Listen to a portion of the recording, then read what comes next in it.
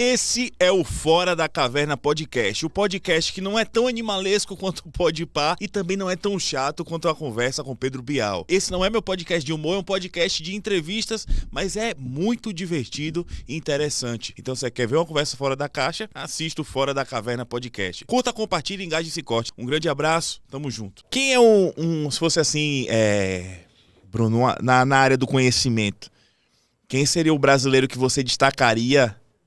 Um dos, né? Porque certamente tem muitos. É pela genialidade, assim, pelos conhecimentos. Ou qual figura que você estudou que você dá destaque brasileiro, assim? De um intelectual? Intelectual, é.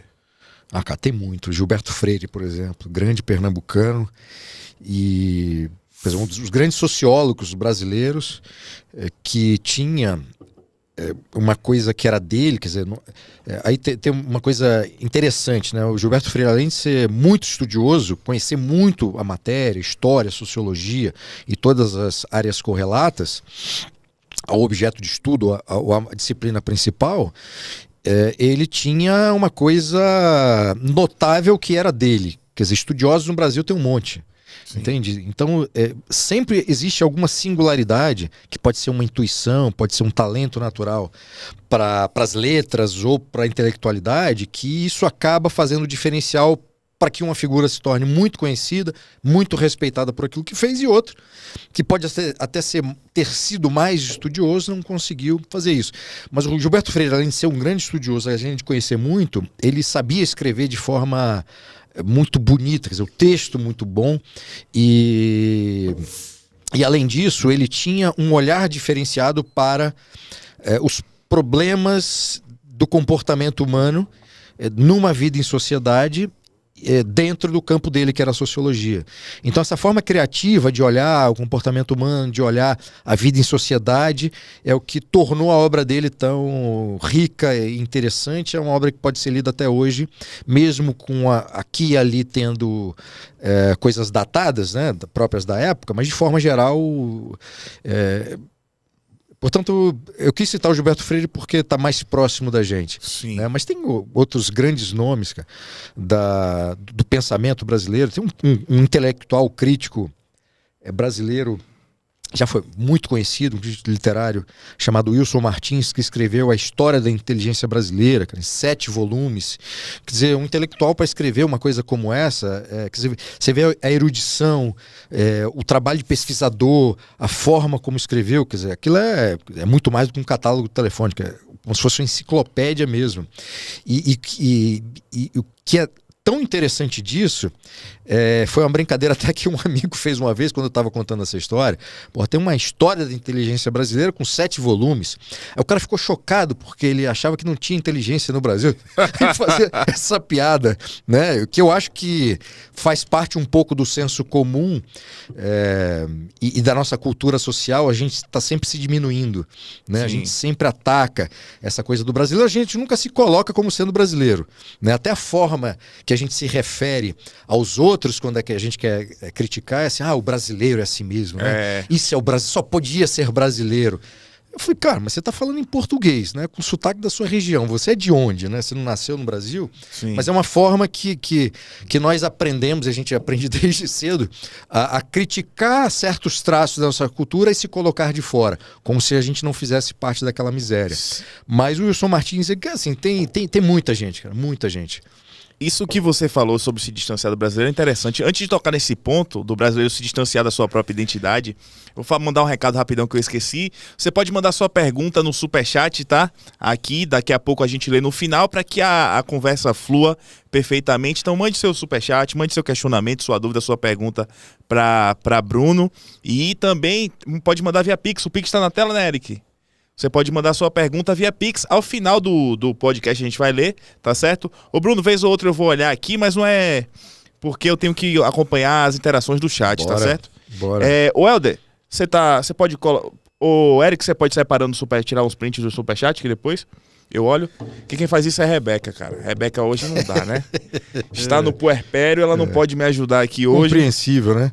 E eu tô publicando agora o link no meu Instagram que você me mandou. Eu tava no táxi, enfim, com reunião de trabalho, acabei esquecendo. Então vai ser agora aqui. Ah, cara, você eu acho que é um dos últimos usuários de táxi de São Paulo, né? É porque o táxi aqui em São Paulo, ele vem no aplicativo do Uber também, né? Ah, vem também. E muitas vezes, dependendo do trajeto, tá mais barato do que o Uber e ainda o táxi tem direito àquela faixa exclusiva. Então virou um mamão com açúcar. Ah, eu não sabia dessa não. Eu tô na transição ainda, que eu tô pegando o Uber Comfort, né? Ah, rapaz. Agora tá, melhorou. A comédia falar atrocidades é bom. E sim, cara, isso que você falou em relação ao brasileiro, é verdade mesmo. Ele identificar brasileiro como outro, sempre na hora de criticar. Isso acontece um pouco porque a história do Brasil já é contada também desse ponto de vista, sabe assim, sempre com a mácula. Os portugueses que invadiram o Brasil. Sempre apontando a identidade do povo brasileiro como algo distante, como não somos nós, como se a gente também não fosse um pouco de português, né? Como se a gente não fosse um pouco de... sempre... A história, do ponto de vista, é sempre enviesada, é sempre vista como algo ruim, sabe? A terra dos índios. Quando que o povo brasileiro, na minha visão, é a formação dessa mistura. Você não pode olhar a história como uma revista e quadrinho, né? Tem o bem, o mal e pronto. Será que tem uma parte de... Desculpa, você ia fazer a pergunta? Não, eu ia perguntar se não seria... Isso não contribui muito para essa imagem ruim que o brasileiro tem de si mesmo. Contribui, e são coisas que se retroalimentam de uma forma muito viciosa, porque ao mesmo tempo, se a gente tem essa imagem negativa de nós mesmos, né? Se a gente é treinado desde criança, isso é um processo que não acaba nunca, né? Na vida adulta e depois. Se a gente é treinado desde o início a só reconhecer aquilo que a gente tem de pior, a gente tem até dificuldade de identificar os elementos positivos que nós temos, né, na vida em sociedade ou até mesmo no Brasil. Então, se eu lanço a pergunta para você ou para qualquer um da nossa audiência, assim, de imediato, assim, cara, me aponta aí 5 coisas positivas do Brasil. Mas assim, coisas positivas do Brasil não é futebol, não é nada disso. O que nós temos como povo, como identidade de povo, que você poderia me citar? 5 coisas. A pessoa vai ter dificuldade. Vai ter que parar para pensar. Se eu perguntar 5 coisas ruins, cara, vai ser uma torrente. Vou ter que mandar parar. Perguntar só 5? Só 5, exatamente. Começa por aí. Então, esse treinamento, ele acaba tendo uma série de consequências negativas, que é... Primeiro, a gente se ver sempre de forma negativa, mesmo que a gente tenha isso, né, de sempre se colocar, não, é o brasileiro, não sou eu. Né? Então a gente está sempre terceirizando responsabilidades ou coisas negativas que às vezes são nossas também. Junto com esse treinamento, vem um desconhecimento da história. Então a história, durante muito tempo, a história do Brasil, né, foi transformada numa caricatura, ao mesmo tempo que você tem uma ignorância em termos de conhecimento do que aconteceu. Parte da cultura brasileira foi tornando essa história, uma história muito bonita, uma caricatura, por meio de crítica, de sátira, nas novelas, em filmes e tudo mais. Então, se você pergunta, né, para as pessoas à nossa volta, o que sabe Dom João VI? Provavelmente aquela imagem daquele filme horroroso Carlota Joaquina, da Carla Camurati, que o Dom João VI é reduzido a uma figura grotesca, gorda, que fica comendo coxinha de frango o dia inteiro. Né? E, cara, Dom João VI não foi só isso. Ele foi um grande estadista, foi um grande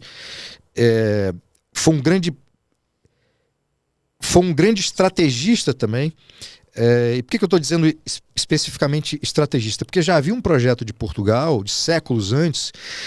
Se Portugal for invadido, considerando o tamanho do país e a história de guerras da Europa, o que se faz, né, para preservar o país enquanto país e o país não ser dominado? E o país não ser dominado, para o contexto político, né, de vários séculos, quando havia uma coroa, era...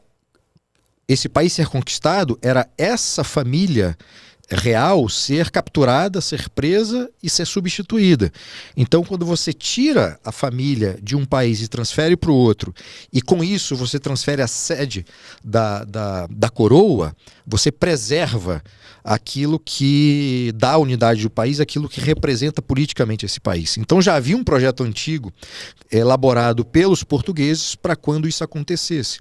E coube a Dom João VI a tarefa, né, ingrata de, sob ameaça de sofrer uma invasão das tropas de Napoleão, que efetivamente acabou acontecendo, retira-se então a família real e toda a estrutura que representava esse Império Português, transfere para o Brasil, e aí a capital do Império Português se torna o Brasil com isso. Então, enfim, esse é um dos muitos exemplos de como a nossa história é desconhecida, como esses personagens que são fundamentais para a nossa história acabaram sendo ridicularizados e são pouco conhecidos, né? Mas, cara, a nossa história é uma história muito bonita, muito rica de personagens, tem muita coisa, mesmo sob um aspecto assim nefasto da nossa história, que foi a escravidão, quer dizer, que é uma infâmia sem justificativa, quer dizer, justificativas históricas existiram, mas sem justificativa ética e moral que possa de alguma forma justificar aquilo, não tem justificativa, e desgraçadamente a escravidão foi um dado da realidade durante séculos em vários povos diferentes, e mesmo sob a infâmia da escravidão no Brasil, você tem coisas extraordinárias que são difíceis de ser explicadas e são desconhecidas para a maioria.